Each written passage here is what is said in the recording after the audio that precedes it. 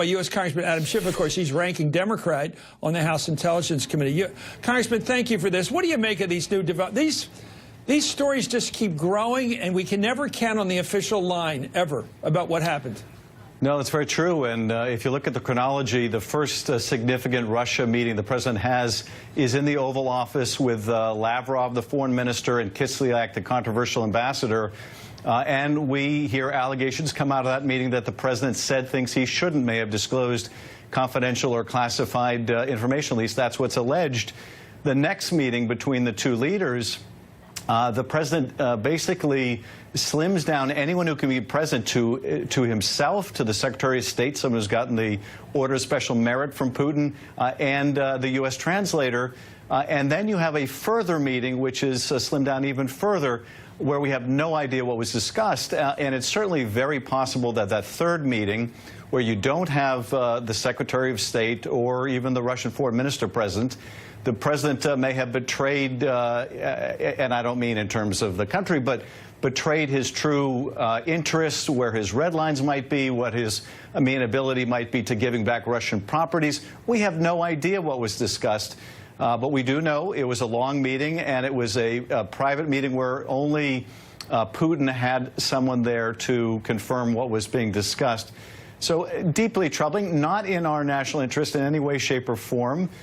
Very much, I think, in Putin's interest, and yet another disturbing development, yet another, frankly, secret meeting. Well, secretly a meeting, secretly agreements, secretly arrived at. How do you put this together with Jared Kushner's wanting to have a special line of his own to Putin? I mean, it seems like they just want to avoid who? You guys in Congress overseeing this? You people, is he trying to avoid the State Department professionals? Who's he hiding from in these meetings that he doesn't want anybody? You didn't even tell us about the meetings. Most presidents tell you about meetings with the major summit powers of the world. Usually come back and say, here's what we talked about. Not this guy. Certainly not. This is, I guess, their idea of transparency. They tell us their version of what took place in the meeting, the one that we knew about until today. And, of course, we're getting conflicting accounts. I found it disturbing, frankly, Chris, that the president would admit to asking Putin whether Putin had ordered interference in our election. You don't go into that discussion and ask him what you already know, because that basically sends a message to Putin. I don't believe my own intelligence agencies. Right. I will trust your word for it over my own intelligence community. And here, you know, we also have more and more revelations coming out about his son's meeting with these Russians, with the translator, with the lobbyist, now with the representative of an oligarch who's very close to Putin, an oligarch who evidently wanted his own person in the meeting. There's no way, I think, to believe that this was about adoptions.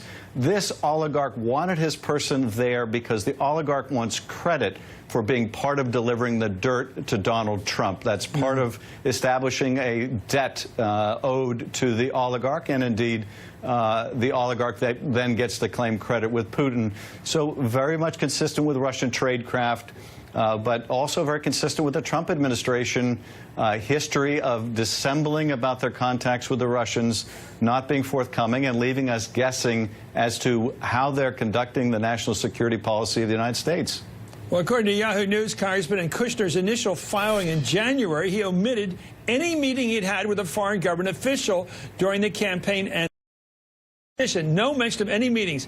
Yet in his first revision to that filing, when it looked like he was going to get caught this past May, not long ago, a couple months, Kushner reported more than 100 meetings with officials from over 20 countries. However, he still failed to report that meeting of June of last summer we've been talking about, where the 8 people now were there. It wasn't until his second revision filed late last month, that would be in June, that Kushner finally reported that June 9th meeting 12 months later, which we now know was arranged on the promise of Kremlin dirt on Hillary Clinton. Despite calls to revoke Kushner's security clearance, the White House today said the president has full confidence in him. Here we go. Is the president considering allowing him to stay or leave? And should he keep his security clearance? I don't know of any changes that would be made. The president has confidence in Jared, and I'm not aware of any changes.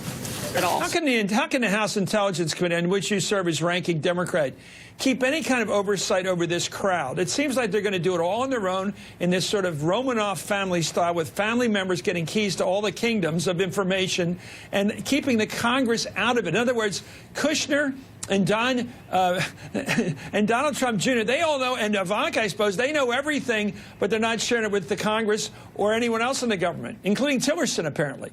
Well, I mean, Congress needs to review these SF-86, these forms that were filled out by Jared Kushner, by Michael Flynn, to find out whether they were candid, whether they were concealing things.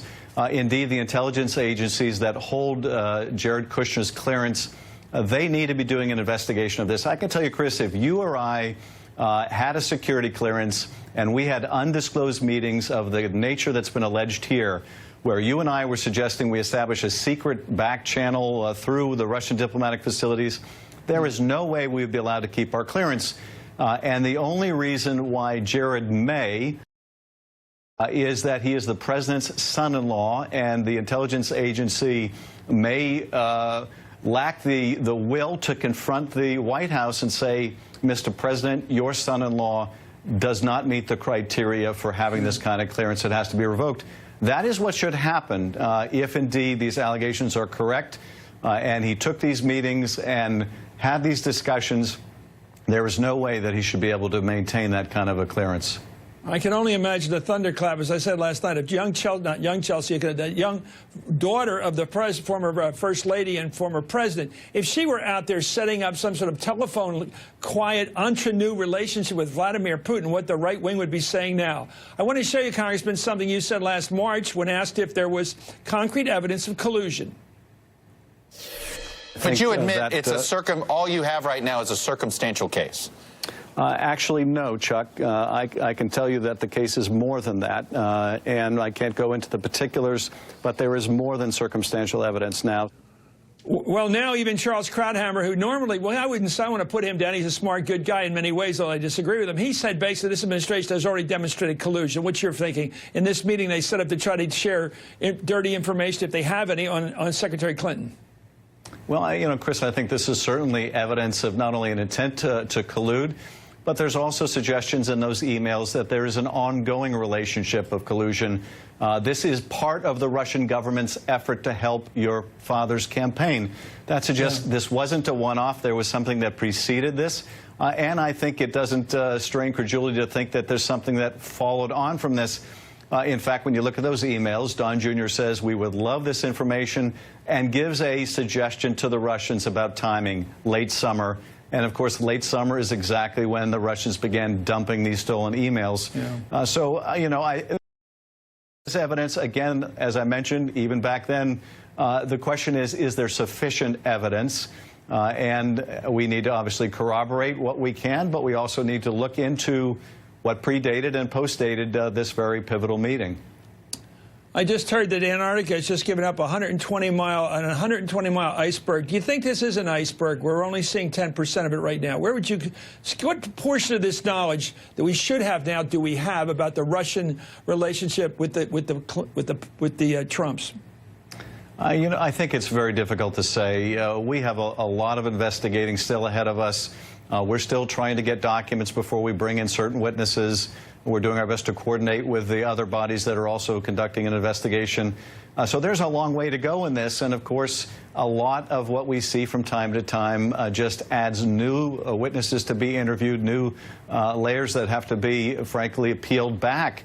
It's hard to know, but you do have to ask yourself over and over and over again with this administration, if what they were doing was innocent, as they claim, why all the deception? Why the continual false statements about the lack of meetings and the acknowledgement of meetings when they have to, and then the acknowledgement of what the real subject matter of the meeting was? And here, just to make one other point about this meeting, which we continue to learn more and more about, you've got a Russian lawyer trying to repeal the Magnitsky Act, something Putin hates. You've got a Russian lobbyist who has a history in litigation of dealing with people, Russian hackers, who hack derogatory information to achieve a litigation. And you now have another person in this Kavalzadeh who has a history of opening bank accounts that the Auditor General thought might have been used for money laundering. And, of course, one of the key issues we have to investigate is the compromise that the Russians have. Not necessarily the salacious stuff, but rather something as basic as a history of money laundering with the Trump organization. That is